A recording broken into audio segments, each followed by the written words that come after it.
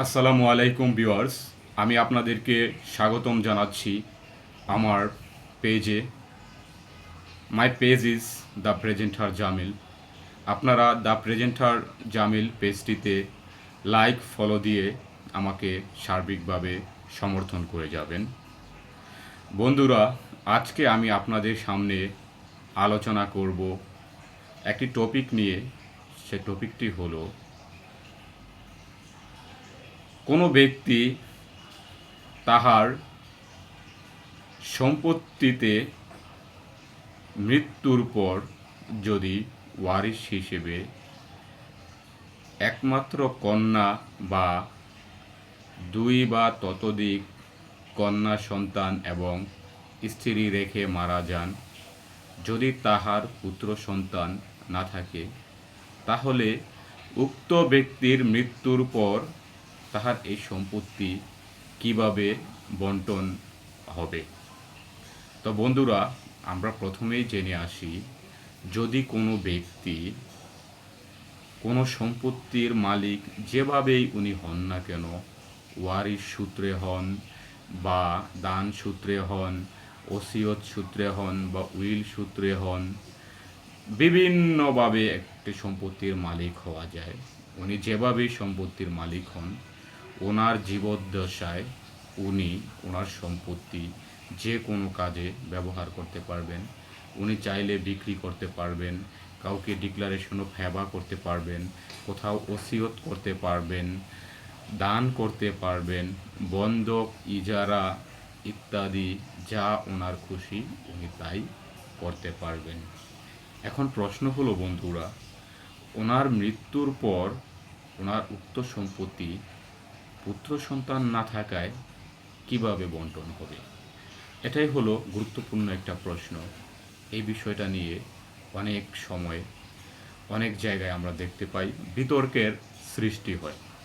আমরা কখনো কখনো শুনতে পাই যে মায়ের সম্পত্তিতে মেয়েরা সম্পত্তির বেশি ভাগ পায়, ছেলেরা কম পায়। যেমনটা বাবার সম্পত্তিতে হয়ে থাকে, বাবার সম্পত্তিতে ছেলেদের অংশটা বেশি থাকে, মেয়েদের অংশটা কম থাকে। তো এরকম একটা বিতর্কের সৃষ্টি আছে। মায়ের সম্পত্তিতে তাহার উল্টাটা হয়, ছেলেরা অংশ কম পায়, মেয়েরা অংশ বেশি পায়। কিন্তু না বন্ধুরা, এটা আসলে তেমন কিছুই না। আসলে সম্পত্তিটাকে কাউন্ট করা হয় মৃত ব্যক্তির সম্পত্তি। মৃত ব্যক্তির সম্পত্তি, সেটা স্ত্রী হোক বা স্বামী হোক, ওনার সম্পত্তি ছেলে এবং মেয়ে 2:1 অনুপাতেই পেয়ে থাকে। এর বাইরে কোনো নিয়ম নেই। তো এখন আমরা যেটা আলোচনা করব, এক ব্যক্তির সম্পত্তিতে তাহার যদি মৃত্যুর পর ওয়ারিশ হিসেবে একমাত্র কন্যা থাকেন, তাহলে সেই কন্যা তাহার সম্পত্তির অর্ধেক ভাগ পাবেন। যদি দুই বা তার অধিক কন্যা থাকে, 2, 3, 4, 5, 6 ইত্যাদি কন্যা থাকলে সেই সম্পত্তির 3/2 পাবে এবং তারা সেই সম্পত্তি সমান অনুপাতে পাবে, কম বেশি হওয়ার সুযোগ নেই। এবং উক্ত ব্যক্তির স্ত্রী বা স্বামী 8/1 সম্পত্তি পাবে। যদি আমরা 16 আনা হিসেবে হিসেব করে থাকি, তাহলে সে 16/2 সম্পত্তি পাবে। এখন আসি বন্ধুরা, কন্যা সন্তানের নির্দিষ্ট অংশ এবং স্ত্রীর নির্দিষ্ট অংশ দেওয়ার পর অবশিষ্ট যে অংশটা থাকে, সেটা কিভাবে বন্টন হবে। যদি উক্ত ব্যক্তির পিতা এবং মাতা থাকে, তাহলে অবশিষ্ট ভোগী হিসেবে তারা 6/1, পিতা 6/1 এবং মাতা 6/1 সম্পত্তি পাবে। যদি পিতার অবর্তমানে দাদা থাকে, তাহলে উক্ত সম্পত্তির অবশিষ্ট ভোগী হিসেবে দাদা সম্পত্তি পাবে। পিতাও নেই, দাদাও নেই, তখন যদি সহোদর ভাই বোন থাকে, তাহলে সহোদর ভাই বোনেরা উক্ত সম্পত্তি 2:1 অনুপাতে অবশিষ্ট ভোগী হিসেবে পাবে। এখন আরেকটি প্রশ্ন, যদি মৃত ভাই থাকে, উক্ত ব্যক্তির মৃত ভাইয়ের সন্তান থাকে, তাহলে তারা কি উক্ত সম্পত্তিতে অবশিষ্ট ভোগী হিসেবে মালিক হবেন?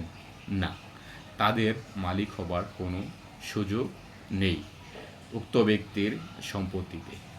এখন আসি, যদি উক্ত ব্যক্তির সহোদর ভাই বোন না থাকে, তাহলে আমরা অবশিষ্ট ভোগী হিসেবে আরেকটু নিচে যাব, বৈমাত্রেয় ভাই বৈমাত্রেয় বোন, তাও যদি না থাকে, তখন আমরা খুঁজব পিতার বা পিতার সম্পর্কের অংশীদারদের, যেমন আপন চাচা, চাচার পুত্র ইত্যাদি। আমরা অবশিষ্ট ভোগী হিসাবে তখন তাদেরকে খুঁজব। তো বন্ধুরা, আজকে আলোচনার মাধ্যমে আমরা জানতে পারলাম মৃত ব্যক্তির একমাত্র সন্তান যদি থাকে, কন্যা যদি একমাত্র সন্তান থাকে, তাহলে সে সম্পত্তির অর্ধেক অংশ পাবে। যদি 2 বা 2-এর অধিক কন্যা সন্তান থাকে, তারা হচ্ছে মোট সম্পত্তির 3/2 অংশ পাবে, এবং ওই সম্পত্তিটা তারা হচ্ছে 2:1 অনুপাতে পাবে, এবং স্ত্রী তাহার সম্পত্তির 8/1 অংশ পাবে।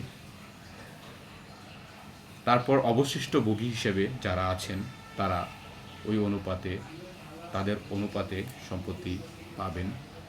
তো বন্ধুরা, আজকে আমরা পুত্র সন্তান না থাকলে মৃত ব্যক্তির সম্পত্তি যেভাবে ভাগ করা হয়, বিষয়টা আমরা আলোচনা করলাম। তারপর বন্ধুরা আসি আরেকটি বিষয়, আমরা অনেক সময় দেখে থাকি এই ধরনের প্রশ্নগুলা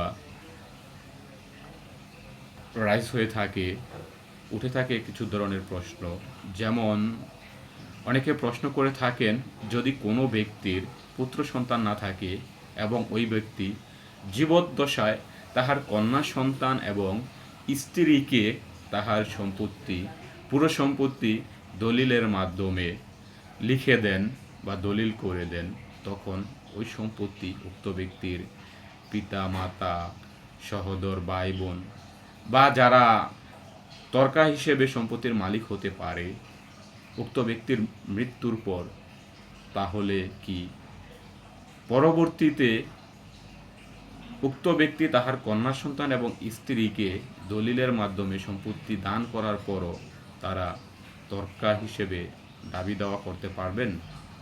হ্যাঁ, দাবি দাওয়া করতে পারবেন, কিন্তু সেটা বৈধ হবে না। কারণ ব্যক্তি তাহার জীবদ্দশায় তাহার সম্পত্তি উনি যে কোনো কাজে ব্যবহার করতে পারবেন। দান, বিক্রয়, ইজারা, বন্ধক সব কিছু উনি করতে পারবেন, ওনার আইনগত সেই এখতিয়ার আছে। তারপর আরেকটা কথা বলে রাখা ভালো, জীবিত থাকা অবস্থায় কোনো ব্যক্তির ওয়ারিশ তৈরি হয় না, মৃত্যুর পর তাহার ওয়ারিশ তৈরি হয়। তো বন্ধুরা, আজকে আলোচনার মাধ্যমে আমরা উক্ত বিষয়টি বোঝার চেষ্টা করলাম।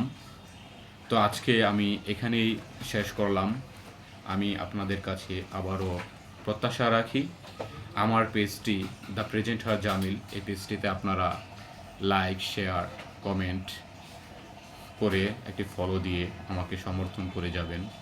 আমি যেন আপনাদের সার্বিক সহযোগিতায় নিত্য নতুন ভিডিও চিত্র নিয়ে আসতে পারি, যেটা আপনাদের হয়তোবা উপকার হতে পারে।